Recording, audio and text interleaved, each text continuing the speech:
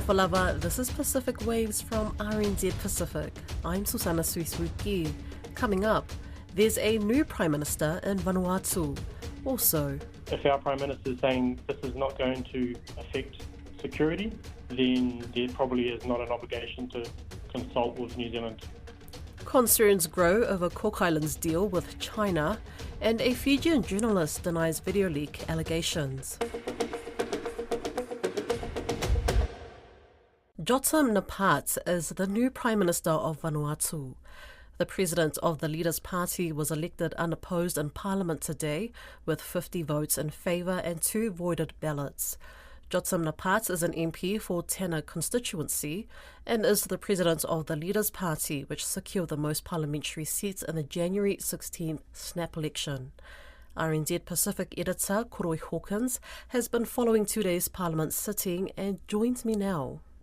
Well, Koroi, how did it all play out today in the House? Yeah, so it was quite a long sitting.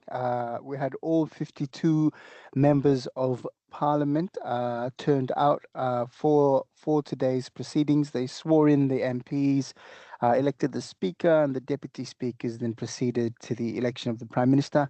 There were, from what was visible on the live stream, there were more than 30 MPs sitting amongst the government benches. But when it came down to the vote, Jotam Napat was nominated unopposed, and he was elected with 50 votes in favour and 2 blank ballots or void votes. What do we know about the new Prime Minister? Yeah, he's a MP for Tana constituency. He's the president of the Leaders' Party, which emerged from the January 16 snap election with 9 seats, making it the largest party in Parliament. He's leading a 5-party coalition. They formed ahead of this sitting of Parliament, and there'll likely be more micro parties affiliating with the government side in the coming days and weeks. In his first address to the nation, the new Prime Minister thanked his coalition partners and all MPs who elected him unopposed. The 52-year-old was first elected to Parliament in 2016. He was re-elected in 2020 and again in the snap elections of 2022 and 2025. Before entering Parliament, he chaired the National Disaster Committee in the aftermath of the devastating Cyclone Pam, and he's been Director General of the Climate Change Ministry as well in the past. So what happens now? Yes, so on the floor of Parliament in his opening speech, he said the road ahead would not be easy. He noted that the country had still been recovering from the back-to-back cyclones Kevin and Judy when it was hit by the 7.3 magnitude quake in December last year. That killed 14 people, displaced thousands, and the rebuild in the capital is still going on. His new government also faces some urgent priorities in terms of preparing and passing a budget for 2025. So a lot to do for the new administration coming in. And for now, the Parliament has been adjourned until Friday local time at 8:30 a.m. Cook Islanders based in New Zealand have joined the concerned voices who want to know what is in the China deal. Prime Minister Mark Brown is currently in Beijing and is expected to sign a comprehensive strategic partnership this week.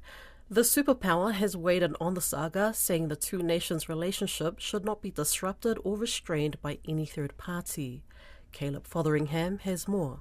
Cook Islands political commentator Thomas Wynne says anything that happens in the Cook Islands also has an impact on the diaspora. Right across the board here, very, very, very concerned about the way by which this was done, the lack of any kind of consultation at all, like literally none, and concerns around what is going to be agreed to or what will be evidenced from this agreement. New Zealand's Foreign Affairs Office says the Cook Islands failed to properly consult with New Zealand on any agreements it plans to sign this coming week with China. China's Foreign Ministry told the Associated Press the Cook Islands is an important partner in the South Pacific and they treat each other as equals. The statement has been voiced. On the special relationship between the Cook Islands and New Zealand, China believes that both New Zealand and the Cook Islands are important cooperation partners of China. China stands ready to grow ties and carry out cooperation with Pacific Island countries, including the Cook Islands. The relationship between China and the Cook Islands does not target any third party and should not be disrupted or restrained by any third party.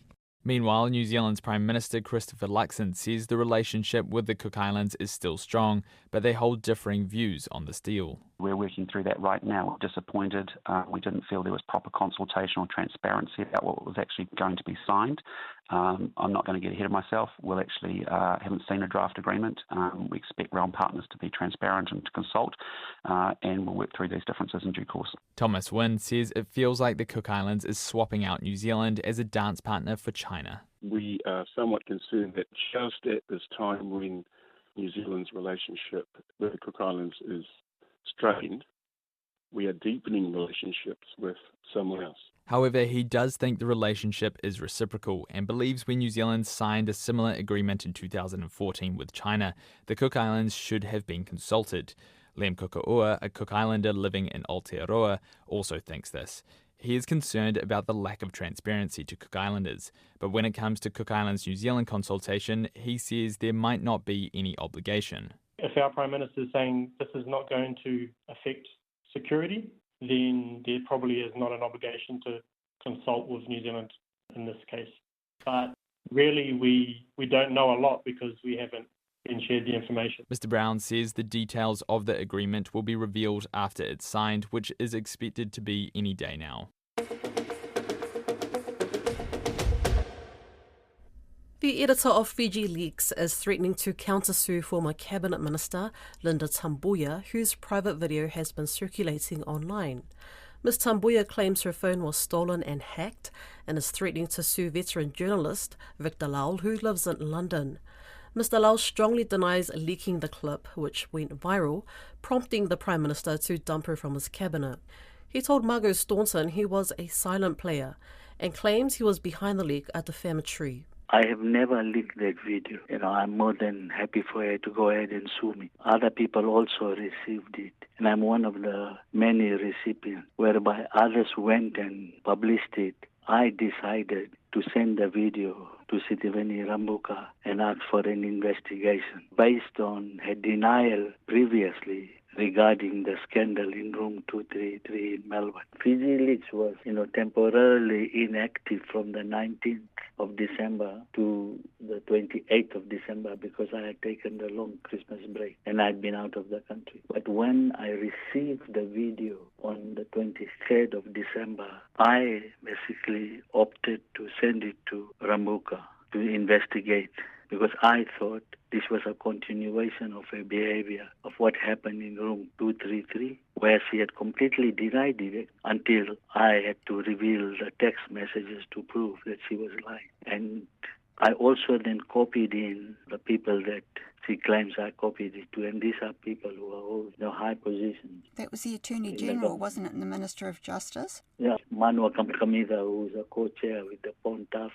Force. And also I decided to include Samima Ali as someone who is very vocal but also very supportive of Linda Tambuya. And if they want to twist it around and accuse me or impute criminality and all, that is for them. I can't help it. But as I said, I never leaked it. I did not put it online. This is the only thing I did. Did you hear back from the Prime Minister? No, I never hear from him. I don't know. But what I know is whether the inquiry commenced after Rambuka got the video. Because from chronology of events, on the 23rd of December, the video had already gone viral. Fiji Village and other respectable and websites were already questioning Linda. But I had not put it up. So I was basically a silent player in this whole thing. If you didn't leak it, then how did it go viral? It is for them to establish who leaked it. What I'm saying is most news websites ran the story and confronted Linda. I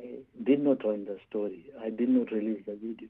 They have to prove that I am the leaker. This is what I'm trying to say. Because I did not leak it and I stand by it. It's for them to prove that somebody hacked it. Who hacked it? Did they make a complaint? And when did Linda lose her phone? And when was this video shot? The police have to actually, as I said, interview her and establish where the video was shot and who was shooting it and who then leaked it. She claimed the video was made for her husband, but she told FICAC that they have been divorced since 2016. So there was no need for her to disclose her husband's wealth in the statutory declaration. So what I'm saying is the more they are, becoming defensive, the more questions need to be asked. And as I said, I find it actually libelous to accuse me without any evidence at all of leaking it. And its chronology of events will clearly demonstrate that I played no role in the video going viral.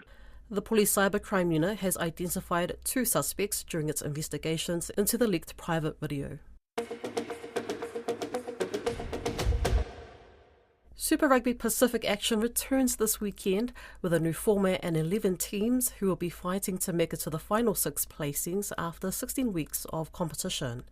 5 New Zealand teams, 4 from Australia, plus the Pacific's edition in the Fiji Drua and Moana Pacifica will fight for the right to be crowned champion in late June. That begins this weekend across 3 countries. Elias Atora has more. The Fijian Drua will be hosting the Brumbies at 3:35 p.m. Fiji time kickoff at the National Stadium in Suva on Saturday.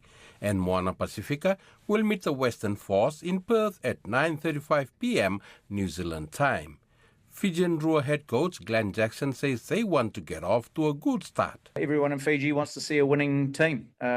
We know we're under no illusion that the Drua has done well in the last 2 years. The change of the draw or the organisation of the competition means it's going to be harder to get into that quarterfinal.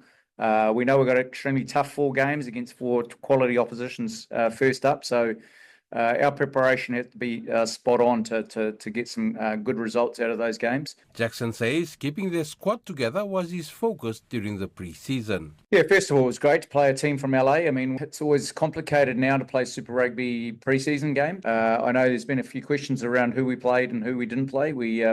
I just didn't feel like it was important to go overseas. We've done that every year, and we have traditionally won our pre-season games, and it hasn't helped us in season. So I was really keen to keep our squad together. Moana Pacifica scrum coach Pauliasi Manu says the team's coaching group are confident the side can do well against the Force on Saturday in Perth and improve generally through the season. But us coaches, we believe we can. Yeah, so it's a weekly thing. And yeah, hopefully we can improve every week. Through pre-season was our capacity and just doing the basic things. As I said, it was a trial and error. The positive is that you got a whole week to prep. As I said before, so the boys are ticking the right boxes. We're building that confidence. Manu says they have had a look at the Force pre-season games and hope they will be able to counter their host and play their own game. Oh, we do both. We look at ourselves and also what they bring. They played against the Brumbies.